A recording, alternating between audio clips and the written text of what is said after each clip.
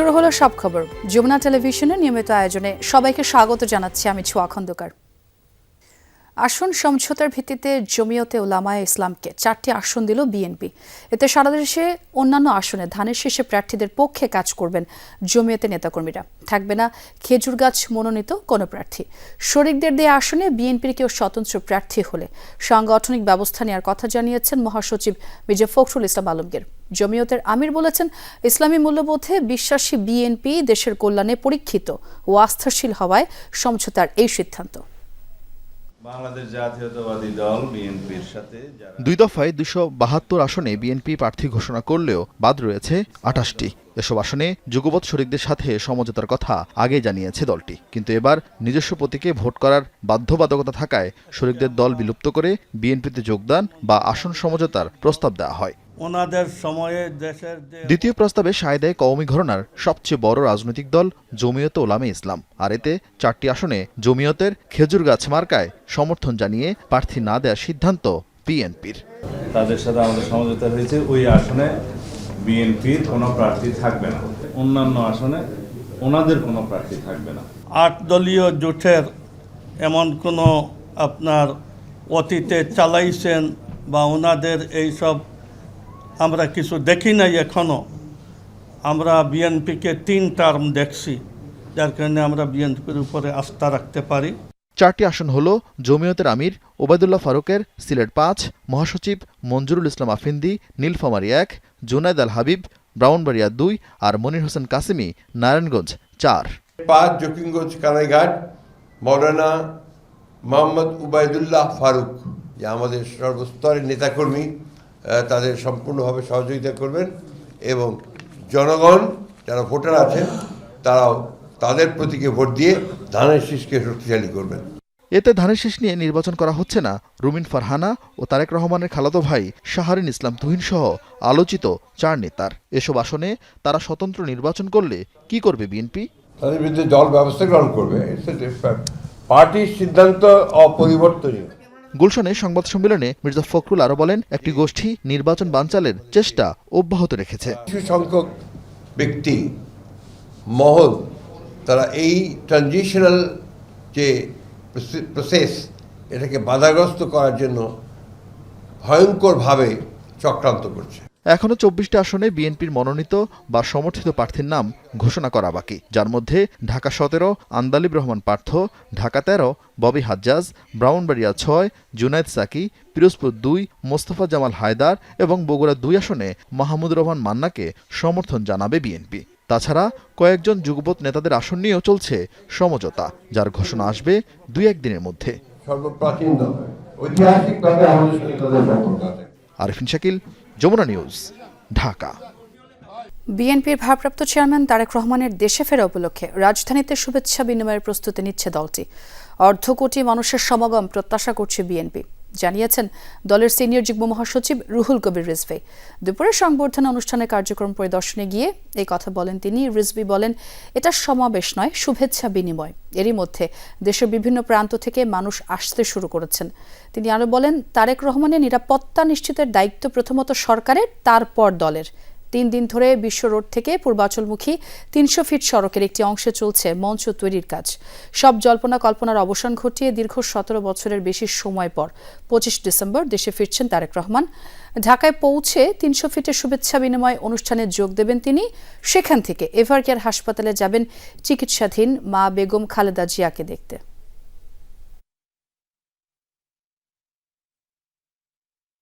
25 তারিখে এখানে মানে মানুষের মহামিলন এবং মহামেলায় পরিণত হবে, এই ব্যাপারে আমরা নিশ্চিত।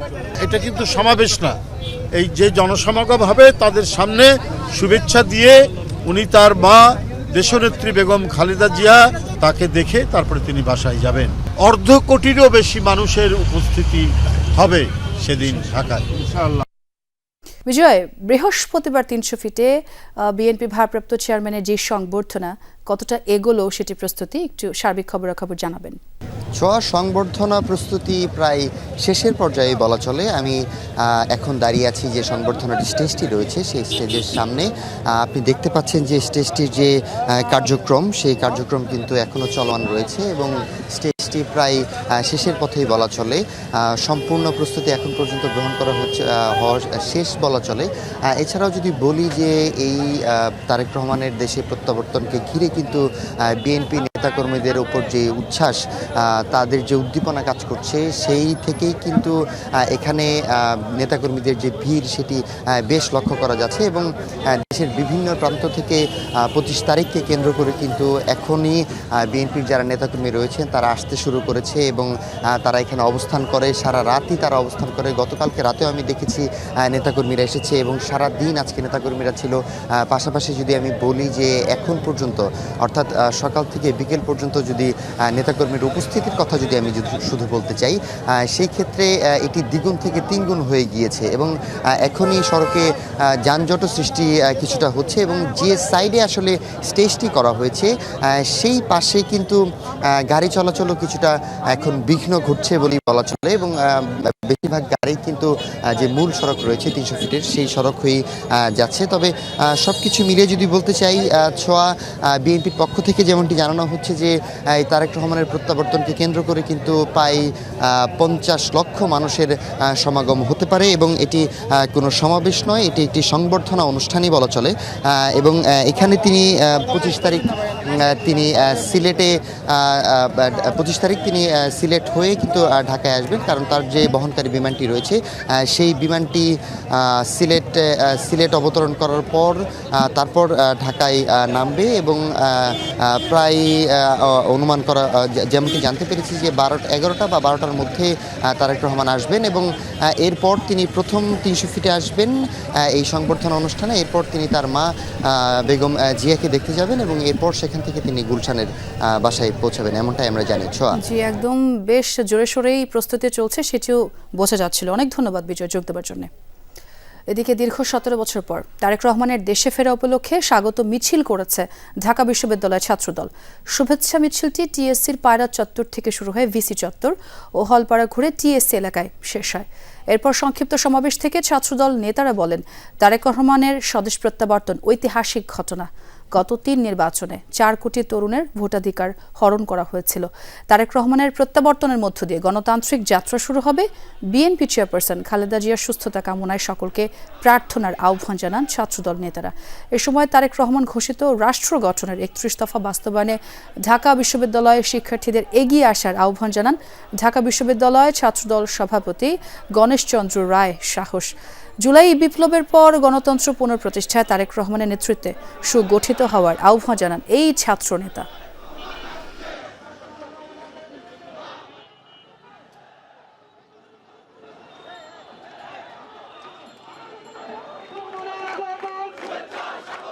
নির্বাচন ব্যবস্থা ধ্বংস করেছে ইসি, এই অপবাদ ঘুচাতে চায় বর্তমান কমিশন। আইনের শাসন নিশ্চিত হলে সেটা সম্ভব বলে মনে করেন প্রধান নির্বাচন কমিশনার এএমএম নাসির উদ্দিন। শান্তিপূর্ণ ও সুষ্ঠু নির্বাচনে সবার জন্য সমানভাবে আইন প্রয়োগ, সঠিকভাবে দায়িত্ব পালনের নির্দেশ দেন তিনি। কমিশনার আনোয়ারুল ইসলাম সরকার বলেন, নির্বাচন কমিশন ভেঙে যাবে কিন্তু মচকাবে না। এ সময় পুলিশের মহাপরিদর্শক জানান, নানা প্রতিবন্ধকতা সত্ত্বেও সফল ও শান্তিপূর্ণ নির্বাচন করতে সক্ষম বাহিনী। থেকে বিগত সময়ে যে ভোট দিতেন না। ত্রয়োদশ জাতীয় সংসদ নির্বাচন ও গণভোট উপলক্ষে রিটার্নিং অফিসার ও মাঠ প্রশাসনের কর্মকর্তাদের সাথে নির্বাচন ব্যবস্থাপনা বিষয়ক মতবিনিময় সভা। উপস্থিত ছিলেন বিভাগীয় কমিশনার, ডিসি, পুলিশের আইজি, স্বরাষ্ট্র ও জনপ্রশাসন মন্ত্রণালয়ের প্রতিনিধিরাও। এনরোলমেন্ট প্রসেস সেটা করি নাই। সূচনা বক্তব্যে সিইসি বলেন, সুষ্ঠু নির্বাচন আয়োজনে এবার দায়িত্ব পালনে ব্যর্থ হওয়ার সুযোগ নেই, সেক্ষেত্রে ভবিষ্যৎ প্রজন্মকে সূচনা বক্তব্যে সিইসি বলেন, সুষ্ঠু নির্বাচন আয়োজনে এবার দায়িত্ব পালনে ব্যর্থ হওয়ার সুযোগ নেই, সেক্ষেত্রে ভবিষ্যৎ প্রজন্মকে জবাব দিতে পারবে না কেউ। নির্বাচনের সাথে জড়িত প্রত্যেককে আইন মেনে চলার নির্দেশ দেন সিইসি। আহ্বান জানান লেভেল প্লেইং ফিল্ড নিশ্চিতের। আমরা যদি সঠিকভাবে দায়িত্ব পালনে ব্যর্থ হই, আমরা আমাদের ভবিষ্যৎ প্রজন্মকে জবাব দিতে পারবো না রে ভাই। এই দেশটা আমার, আপনার, সকলের দেশ। এই দেশটাকে সঠিকভাবে সঠিক অবস্থায় রেখে যাওয়া এটা আমাদের দায়িত্ব। নির্বাচন সফল, শান্তিপূর্ণ পরিবেশ নিশ্চিত ও আইনের শাসন প্রতিষ্ঠায় সর্বশক্তি দিয়ে কাজ করবে আইন শৃঙ্খলা রক্ষাকারী বাহিনী। তুলে ধরেন তাদের সক্ষমতার কথাও। প্রশাসনিক এবং পুলিশি ব্যবস্থা গ্রহণের মাধ্যমে নিয়ন্ত্রণ করে থাকি। এবারও তার বার্তায় ঘটবে না।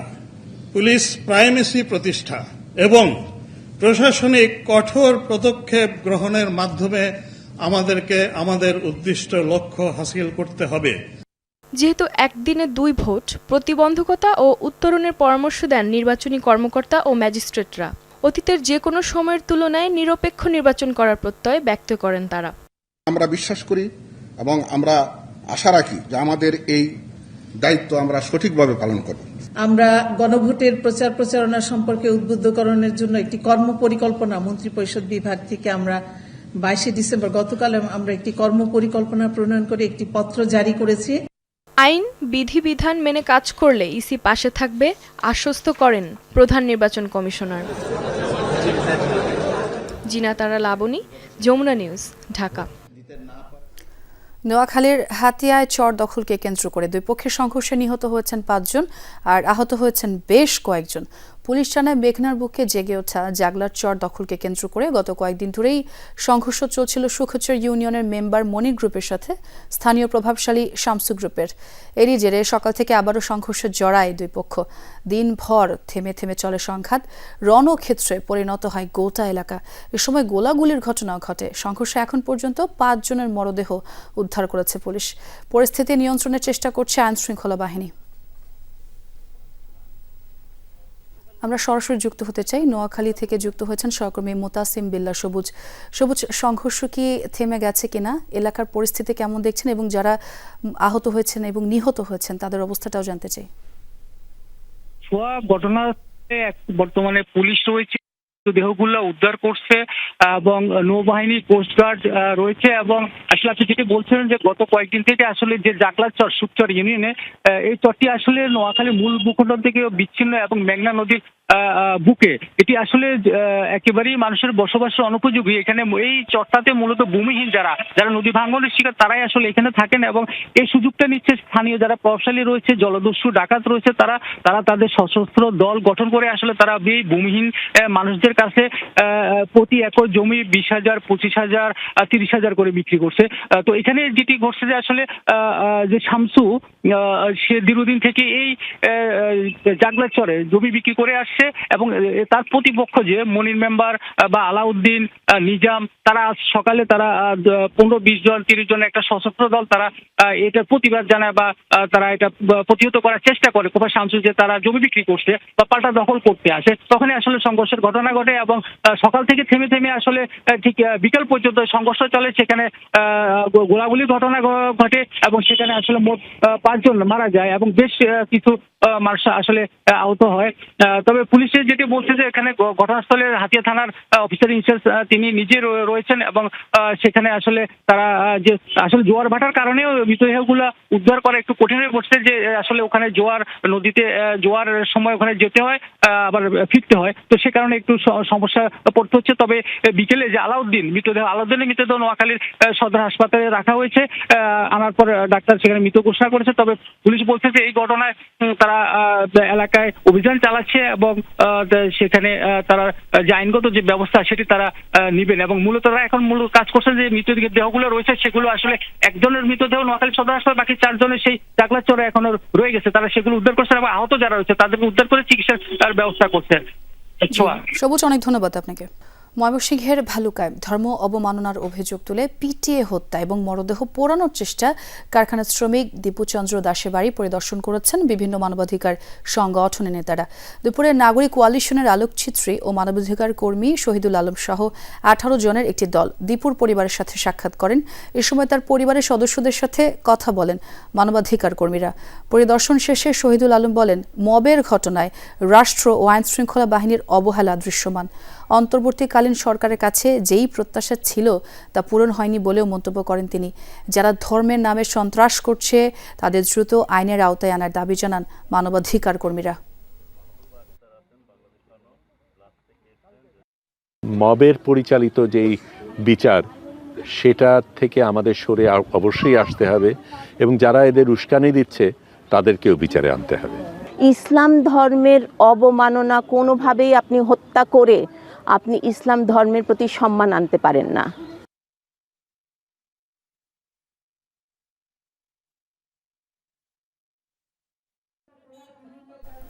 এদিকে পুচন্দ্র দাসকে পিটিয়ে হত্যা ও মরদেহ পোড়ানোর চেষ্টার ঘটনার প্রতিবাদে রাজবাড়ীতে মানববন্ধন হয়েছে।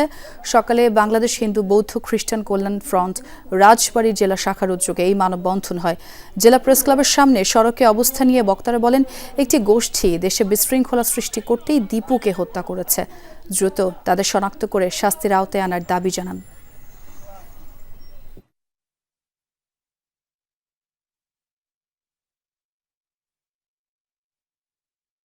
বাংলাদেশ ভারত সম্পর্কের চরম টানাপোড়েনের মধ্যে আবারও ঢাকায় ভারতীয় হাই কমিশনার প্রণয় ভার্মাকে তলব করেছে পররাষ্ট্র মন্ত্রণালয়। সম্প্রতি টানা 6 বার ভারতীয় হাই কমিশনারকে তলব করা হলো পররাষ্ট্র মন্ত্রণালয়। মঙ্গলবার সকালে পররাষ্ট্র সচিব আসাদ আলম সিয়াম দিল্লির বাংলাদেশ হাই কমিশন সহ মুম্বাই, কলকাতা, আগরতলা, গুয়াহাটি সহ বিভিন্ন জায়গায় উগ্র ভারতীয় গোষ্ঠীর বিক্ষোভ এবং হামলার চেষ্টার তীব্র নিন্দা ও প্রতিবাদ জানান। এসব ঘটনায় ভারত সরকারের গৃহীত নিরাপত্তা ব্যবস্থা নিয়ে ক্ষোভ জানায় ঢাকা। এরই মধ্যে দিল্লি, আসাম ও শিলিগুড়ি থেকে ভারতীয়দের জন্য বাংলাদেশে ভিসা কার্যক্রম স্থগিত করেছে ঢাকা। ভারতের রাজধানী দিল্লি ও কলকাতায় বাংলাদেশ মিশনের সামনে দফায় দফায় বিক্ষোভ করেছে দেশটির বেশ কয়েকটি উগ্র হিন্দু সংগঠন। মঙ্গলবার সকাল থেকে এসব সংগঠনের কর্মসূচি ঘিরে চাপা উত্তেজনা দেখা দেয় রাজধানী দিল্লিতে। এই পরিস্থিতিতে শহর জুড়ে নিরাপত্তা জোরদারের পাশাপাশি বাংলাদেশ হাই কমিশনের সামনে পুলিশ ব্যারিকেড বসানো হয়। এক পর্যায়ে সেই ব্যারিকেড ভেঙে হাই কমিশনের দিকে এগোনোর চেষ্টা করে বিক্ষোভকারীরা। এ সময় তাদের ছত্রভঙ্গ করতে লাঠিচার্জও করে দিল্লি পুলিশ। কট্টর হিন্দু সংগঠনগুলোর পাশাপাশি বেশ কিছু বামপন্থী সংগঠন প্রতিবাদ মিছিল ও মানববন্ধন করে। সম্প্রতি ময়মনসিংহে দীপু দাসকে পিটিয়ে হত্যার ঘটনা প্রকাশ্যে আসার পর দুই দেশের মধ্যে উত্তেজনা চরমে পৌঁছায়। নিরাপত্তা শঙ্কায় সোমবার থেকে অনির্দিষ্টকালের জন্য আগরতলা, শিলিগুড়ি ও দিল্লির মিশন থেকে ভিসা প্রদান পরিষেবা বন্ধের ঘোষণা দিয়েছে বাংলাদেশ সরকার। গুম ও নির্যাতনের আরেক মামলায় বিচার শুরু হলো শেখ হাসিনা, তারিক সিদ্দিক, 11 সেনা কর্মকর্তা সহ 17 জনের। মঙ্গলবার বিচার শুরুর আদেশ দিয়েছেন ট্রাইব্যুনাল 1। এদিন গ্রেফতার 10 সেনা কর্মকর্তা নিজেদের নির্দোষ দাবি করেন। এই মামলায় আগামী বছরের 21 জানুয়ারি সাক্ষ্য গ্রহণ। এদিকে শতাধিক গুম ও হত্যা মামলায় এনটিএমসির সাবেক মহাপরিচালক অবসরপ্রাপ্ত মেজর জেনারেল জিয়াউল আহসানকে গ্রেফতার দেখিয়েছেন আদালত। ট্রাইব্যুনালের প্রসিকিউশন বলছে, আওয়ামী লীগের শাসনামলে র্যাবের টিএফআই সেলে ব্যারিস্টার আরমান সহ 14 জনকে গুম করে নির্যাতন করা হয়। 5 আগস্টের পর তাদের অনেকেই মুক্তি পান। গুম নির্যাতনের মামলায় শেখ হাসিনা, তারিক আহমেদ সিদ্দিক সহ 17 জনের বিরুদ্ধে অভিযোগ দাখিল করে প্রসিকিউশন। মঙ্গলবার গুম ও নির্যাতনের মামলায় শেখ হাসিনা সহ 17 জনের বিরুদ্ধে অভিযোগ গঠন করে বিচার শুরু করেন ট্রাইব্যুনাল। ভিকটিম সাক্ষী আছেন, কিছু ইনসাইডার সাক্ষী আছেন যারা খুবই গুরুত্বপূর্ণ, এবং একই সাথে বিভিন্ন মানবাধিকার সংস্থা, বিভিন্ন এনজিও এবং সরকারের বিভিন্ন সংস্থার কিছু প্রতিবেদন ইত্যাদির আলোকে আমাদের সাক্ষ্য প্রমাণগুলো প্রতিস্থাপিত করা হয়েছে। এবং এর ভিত্তিতেই যখন ট্রায়াল শুরু হবে আপনারা দেখবেন একে একে সবগুলো সাক্ষ্য প্রমাণ দিয়েই আমরা এই আসামিদের অপরাধগুলো বিয়ন্ড রিজনেবল ডাউট প্রুফ করার সর্বোচ্চ চেষ্টা করব। বিচার শুরুর আগে এদিন ট্রাইব্যুনালে উপস্থিত ছিলেন গ্রেফতার 10 সেনা কর্মকর্তা। তারা গুমের অভিযোগ থেকে নিজেদের নির্দোষ দাবি করেন। আসামিদের র্যাব নাকি সেনা কর্মকর্তা হিসেবে বিচার হচ্ছে, এমন প্রশ্নে আদালতে আসামিপক্ষ ও প্রসিকিউশনের মধ্যে তৈরি হয় বিতর্ক। এ সময় এজলাসে উত্তপ্ত বাক্য বিনিময় হয়। চিফ প্রসিকিউটর আজকের ট্রাইব্যুনালে এই বিষয়টি আবার উল্লেখ করেছেন এবং ট্রাইব্যুনালও এই বিষয়ে একমত পোষণ করেছেন যে এখানে র্যাবের বিচার হচ্ছে কিংবা র্যাবের অপরাধী সদস্যদের বিচার হচ্ছে। সেনাবাহিনীর কর্মকর্তা এটা নিয়ে কোনো সন্দেহ নেই। আমরা যেটা মনে করি প্রসিকিউশনের দায়িত্ব পালন করছে, আমরা আমাদের ডিফেন্সের দায়িত্ব পালন করছি। এখানে একটা আইনি একটা গ্যাপ আছে। এদিকে শতাধিক ব্যক্তিকে গুম ও হত্যা মামলায় সাবেক সেনা কর্মকর্তা জিয়াউল আহসানকে গ্রেফতার দেখিয়েছেন আদালত। এ মামলায় সাক্ষ্য গ্রহণ আগামী বছর 4 জানুয়ারি। রাব্বি হোসেন, যমুনা নিউজ, ঢাকা। বগুড়ায় অপহরণের 6 ঘন্টা পর ব্যবসায়ীর মরদেহ উদ্ধার করেছে পুলিশ। সোমবার রাতে দুপচাচিয়ার একটি জুতার শোরুম থেকে অপহরণ করা হয় পিন্টু আকন্দ নামের ব্যবসায়ীকে। এরপর পাশের উপজেলা থেকে উদ্ধার করা হয় তার মরদেহ। পুলিশ এই ঘটনায় ব্যবহৃত মাইক্রোবাসের চালক সহ 3 জনকে জিজ্ঞাসাবাদের জন্য আটক করেছে। এখনও জানা যায়নি হত্যার কারণ। বগুড়ার দুপচাচিয়া পৌর এলাকার সি অফিস সড়ক। সোমবার রাত 9টার দিকে জুতার একটি শোরুমের সামনে এসে থামে সাদা রঙের মাইক্রোবাস। মুখ ঢাকা অবস্থায় কয়েকজন শোরুমটিতে ঢুকে স্বত্বাধিকারী পিন্টু আকন্দকে টেনে হিঁচড়ে গাড়িতে তুলে নিয়ে সেই স্থান ত্যাগ করে। জনবহুল এলাকা থেকে অপহরণের ঘটনার সিসি ক্যামেরার ফুটেজ সামাজিক যোগাযোগ মাধ্যমে ছড়িয়ে পড়লে রাতেই তৎপর হয়ে ওঠে পুলিশ। তথ্য প্রযুক্তির সহায়তায় রাত 3টার দিকে পাশের উপজেলা আদমদিঘির কুমারপাড়া এলাকায় আটক করা হয় মাইক্রোবাসটি। গাড়ির ভেতরেই পাওয়া যায় পিন্টুর মরদেহ। জিজ্ঞাসাবাদের জন্য আটক করা হয় চালকসহ 3 জনকে। আমরা মাইক্রোবাসের মালিককে শনাক্ত করতে সম্ভব হয় এবং তার সাথে কথা বলে সে সঙ্গে সঙ্গে মাইক্রোবাসটা লক করে দেয় এবং মাইক্রোবাসের লোকেশন আমাদের দেয়। আমরা তাৎক্ষণিক সেখানে যাই। যাওয়ার পরে মাইক্রোবাসকে আমরা পাই এবং মাইক্রোবাসের চালককে পাই এবং মাইক্রোবাসের মধ্যে যাকে নিয়ে গেছে তার লাশটা পাই। এই ঘটনায় শোকে স্তব্ধ পরিবারের সদস্যরা। পিন্টুর সাথে কারো শত্রুতার খবর তাদের জানা নেই বলছেন স্বজনরা। এলাকায় আপনি খোঁজ নেন, ওনার এক চুল পরিমাণ কারো শত্রুতার কারোর সাথে নাই। আমার বিজনেস আর একটা পার্টনার আছে নূর ইসলাম ভাই, তো ওনাকে নাকি মোবাইল করে উনি বলছিলেন যে শোরুমে ডিবি পরিচয়ে কয়েকজন লোকজন আসছিল, তবে এসে আমাকে অনেক কিছু জিজ্ঞাসাবাদি করছে। তো এখন এরাই নাকি আমরা জানি না, তবে সিসি ফুটেজ ওইটার আগে অনেকদিন আগে তো 15 দিন পার হলে সিসি ফুটেজের থাকে না। শহরের প্রধান সড়কের পাশে থাকা একটি শোরুম থেকে ব্যবসায়ীকে এভাবে অপহরণ এবং হত্যার ঘটনায় আতঙ্ক ছড়িয়েছে জনমনে। এই হত্যার আমরা দৃষ্টান্তমূলক শাস্তি এবং সর্বোচ্চ যে শাস্তি সেটাই আমরা কামনা করি ব্যবসায়ী মহল থেকে। আর এই ধরনের ঘটনা দুঃসাহস না ঘটে, এইরকম একটা শাস্তির দাবি আমরা করি। সিসি ক্যামেরার ফুটেজ দেখে জড়িতদের শনাক্ত ও গ্রেফতারে কাজ করছে পুলিশ। খতিয়ে দেখা হচ্ছে হত্যার কারণ।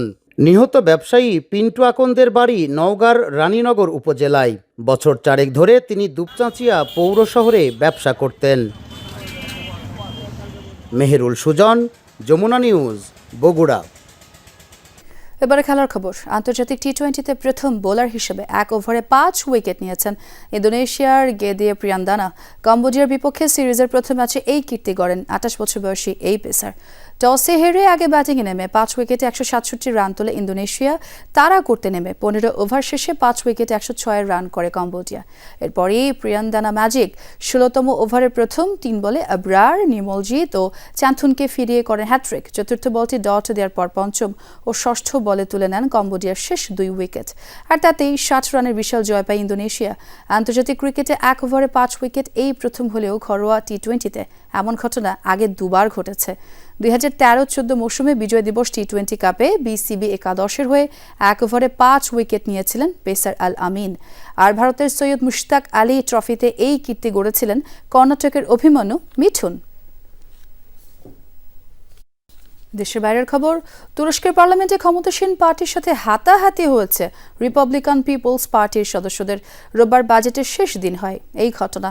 অধিবেশনে চলাকালীন বাজেট নিয়ে দ্বিমত দেখা দেয় ক্ষমতাসীন ও বিরোধী দলের। শুরু হয় ঝগড়া ও কথা কাটাকাটি। এক পর্যায়ে তা গড়ায় মারামারিতে। আন্তর্জাতিক সংবাদ সংস্থা প্রকাশিত এক ভিডিওতে দেখা গেছে পার্লামেন্ট কক্ষে পরস্পরকে ঘুষি মারছেন মন্ত্রী এমপিরা। মারামারির কারণে চলমান অধিবেশন স্থগিত ঘোষণা করেন পার্লামেন্টের স্পিকার। পরে পুনরায় ডাক দেওয়া হয় সাধারণ পরিষদের অধিবেশন, যেখানে পাশ হয় দেশটির 2026 সালের বাজেট। সব খবরে আরও একটি বিরতি নিচ্ছে দর্শক, সঙ্গেই থাকুন।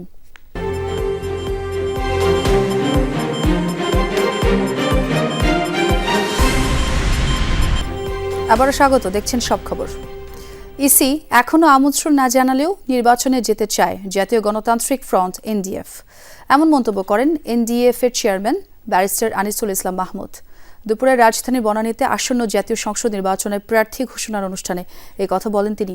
আরও বলেন, জাতীয় পার্টি নির্বাচনও গণতন্ত্র বিশ্বাসী। এ সময় সরকারের প্রতি এনডিএফ এর বিরুদ্ধে করা মামলাগুলো তুলে নেওয়ার আহ্বান জানানো হয়।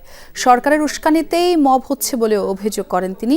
মব কালচার বন্ধ না হলে দেশ ধ্বংসের পথে যাবে বলেও মন্তব্য করেন জাতীয় পার্টির একাংশের চেয়ারম্যান ও এনডিএফ এর এই শীর্ষ নেতা আনিসুল ইসলাম মাহমুদ সহ নির্বাচন উপলক্ষে জোটভুক্ত নেতারা আরও বলেন, নির্বাচন বয়কটের কথা বলছে না তারা। এ সময় ভয়ের পরিবেশ দূর করে নির্বাচনের সঠিক পরিবেশ নিশ্চিতে সরকারের প্রতি আহ্বান জানান নেতারা।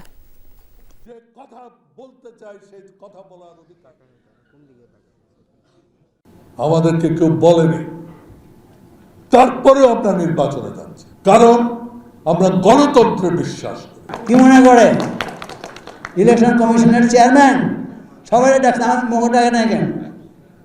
রাস্তাঘাটে চলবেন না? যে সমস্ত অস্ত্র লুট করা হয়েছে সেই অস্ত্র তো এখনো উদ্ধার হয় নাই। তার উপর যদি প্রার্থীরা অস্ত্র, আমরাও যদি সেই অস্ত্র নেই, তো এই অস্ত্র ওই অস্ত্রের সাথে তো যুদ্ধ হয়ে যাবে, এটা কুরুক্ষেত্র হয়ে যাবে। তো কি ইলেকশন হবে কিনা?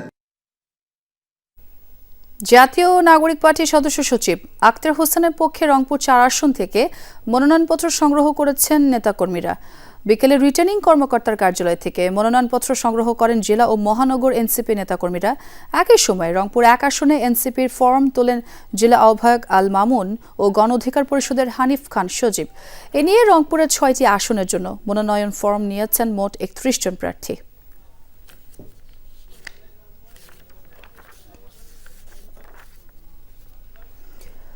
রাজধানীর মোহাম্মদপুরে যৌথ বাহিনীর বিশেষ অভিযানে বিপুল পরিমাণ মাদক, দেশীয় অস্ত্র ও চোরাই মোবাইল উদ্ধার করেছে পুলিশ। মঙ্গলবার ডিএমপির তেজগাঁও বিভাগের উপপুলিশ কমিশনার ইবনে মিজানের নেতৃত্বে মোহাম্মদপুর থানা পুলিশ, সেনাবাহিনী ও র্যাব যৌথভাবে এই অভিযান পরিচালনা করে। উদ্ধার করা হয় ৪০ কেজি গাঁজা, ২০০ পিস ইয়াবা, ৯টি চাপাতি ও সামুরাই, ১০টি ছুরি এবং ১২টি চোরাই মোবাইল ফোন। এ সময় হত্যা, ডাকাতি ও মাদক মামলার আসামি সহ নিষিদ্ধ সংগঠনের একাধিক নেতাকেও গ্রেফতার করা হয়। অভিযানে চান মানিক গ্রুপের চান সহ মোট ৫৩ জনকে গ্রেফতার করা হয়েছে। আর গ্রেফতারকৃতদের বিরুদ্ধে আইনগত ব্যবস্থা প্রক্রিয়াধীন রয়েছে বলেও জানিয়েছে পুলিশ। যুক্তরাষ্ট্রের মায়ামিতে গাড়ি দুর্ঘটনায় মারাত্মক আহত হয়েছেন লিওনেল মেসির বোন মারিয়া সোল। এতে তার শরীরের কিছু অংশ পুড়ে গেছে এবং মেরুদণ্ডের হাড় ক্ষতিগ্রস্ত হয়েছে। আর্জেন্টাইন সংবাদ মাধ্যম ক্লারিন এই খবর জানিয়েছে। মারাত্মক আহত হলেও মারিয়া এখন বিপদমুক্ত, তবে সুস্থ হতে পুনর্বাসনে যেতে হচ্ছে তাকে। আর দুর্ঘটনার কারণে নিজের বিয়ে স্থগিত করেছেন মারিয়া। আগামী ৩ জানুয়ারি সান্তা ফে রোজারিওতে বিয়ের পরিকল্পনা ছিল মারিয়ার। এর মধ্যে মেসি স্ত্রীকে নিয়ে ছুটি কাটাচ্ছেন নিজ জন্মভূমি এই শহরে। মেসির ছোট বোনের হবু বর হুলিয়ান তুলি আয়ারানো বর্তমানে ইন্টার মায়ামির অনূর্ধ্ব ১৯ দলের কোচ হুলিয়ান। গণমাধ্যমের ক্যামেরা এড়িয়ে চলা মারিয়া একজন ব্যবসায়ী ও ফ্যাশন ডিজাইনার। মঙ্গোলিয়ার সীমান্তে শতাধিক আন্তঃমহাদেশীয় ব্যালিস্টিক ক্ষেপণাস্ত্র মোতায়েন করেছে চীন। বার্তা সংস্থা রয়টার্স জানিয়েছে, মার্কিন প্রতিরক্ষা দপ্তর পেন্টাগনের প্রতিবেদনে উঠে এসেছে এই তথ্য। এতে বলা হয়, চীনের সামরিক বাহিনী ৩টি শস্য ক্ষেত্রে এসব আইসিবিএম মোতায়েন করেছে। প্রতিবেদনে আরও বলা হয়, চীন তার অস্ত্র ভাণ্ডার সম্প্রসারণ ও আধুনিকায়ন করছে। পারমাণবিক অস্ত্র সম্পন্ন দেশের তুলনায় যার কাজ অনেক দ্রুত গতিতে এগোচ্ছে বলেও জানানো হয়। সব খবরে আরও একটা বিরতি নিচ্ছে দর্শক, সঙ্গেই থাকুন।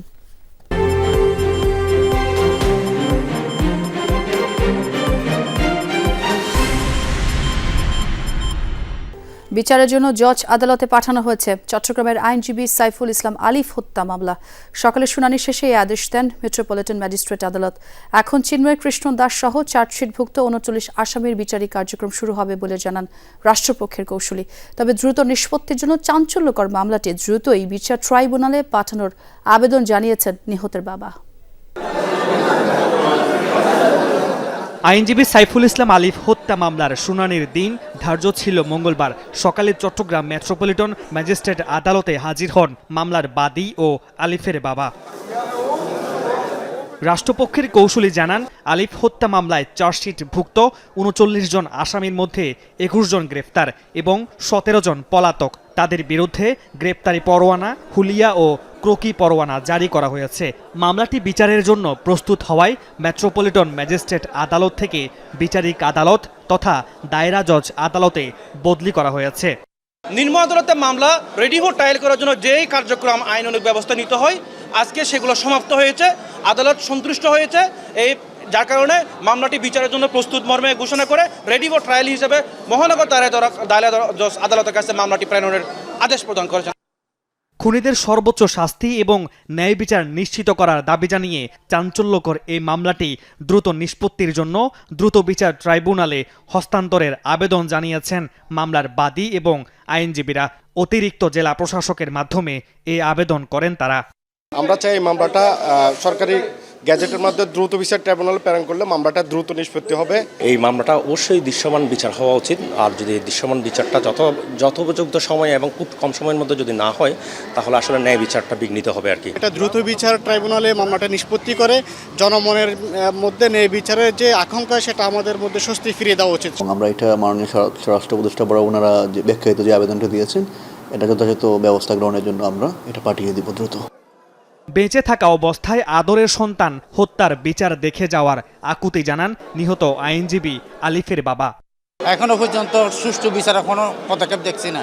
সরকারের কাছে আমার একান্ত অনুরোধ করলাম এই বিচারটা যেন দ্রুত ট্রাইব্যুনালে যে সহসাধনে কার্যকর করে, সেটা আমার একমাত্র সরকারের কাছে আবেদন। 2024 সালের 26 নভেম্বর রাষ্ট্রদ্রোহের মামলায় সনাতনী জাগরণ জোটের মুখপাত্র চিন্ময় কৃষ্ণ দাসের জামিন মঞ্জুর হওয়াকে কেন্দ্র করে আদালত চত্বরে সংঘর্ষের মধ্যে আইনজীবী সাইফুল ইসলামকে পিটিয়ে ও কুপিয়ে হত্যা করা হয়। এ ঘটনায় হত্যা মামলা করেন তার বাবা। গত 25 আগস্ট চিন্ময় সহ 39 জনের বিরুদ্ধে চার্জশিট গ্রহণ করেন আদালত। মামুন রশিদ অভি, যমুনা নিউজ, চট্টগ্রাম। মুনফ্লাওয়ার অটিজম ফাউন্ডেশনের বিশেষ চাহিদা সম্পন্ন শিক্ষার্থীদের হাতে আঁকা চিত্রসজ্জিত 2026 সালের ডেস্ক ক্যালেন্ডারের মোড়ক উন্মোচন করা হয়েছে।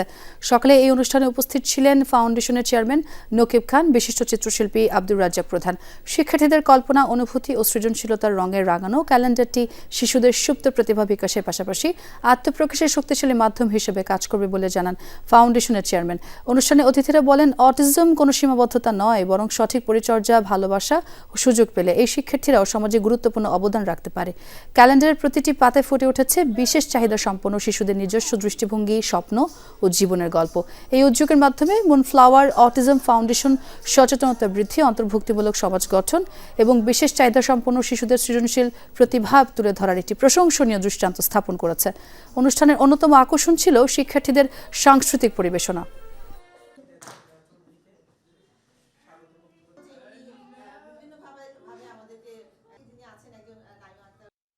প্রত্যেকটা শিশু স্পেশাল, তাদের এক একজন এক এক ধরনের প্রতিভা আছে, সেটাকে কী করে বের করে আনা যায় সেটাই কিন্তু আমাদের সবচেয়ে বড় চ্যালেঞ্জ। এবং আমাদের শিক্ষকদের বলেন এবং শিক্ষক শিক্ষিকাদের বলেন এবং প্যারেন্টসদের বলেন, তাদের ওটাই সবচেয়ে বড় কাজ হবে, তাদের ভিতরে যে ট্যালেন্টটা আছে সেটাকে বের করে আনা।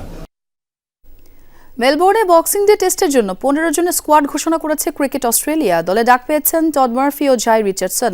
অ্যাডিলেড ওভালে অস্ট্রেলিয়ার 82 রানের জয়ের ম্যাচে শেষ দিনে ফিল্ডিং করতে গিয়ে হ্যামস্ট্রিংয়ের চোট পান নাথান লায়ন।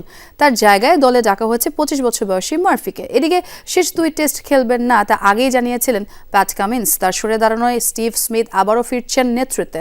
অসুস্থতার কারণে তৃতীয় টেস্টে ছিলেন না তিনি।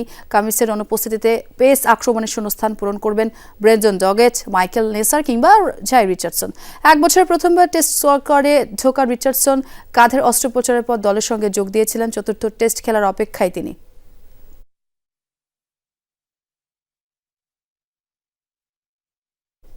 দর্শক, এই ছিল আজকের সব খবরের আয়োজনে। এতক্ষণ যারা সঙ্গে ছিলেন সবাইকে ধন্যবাদ।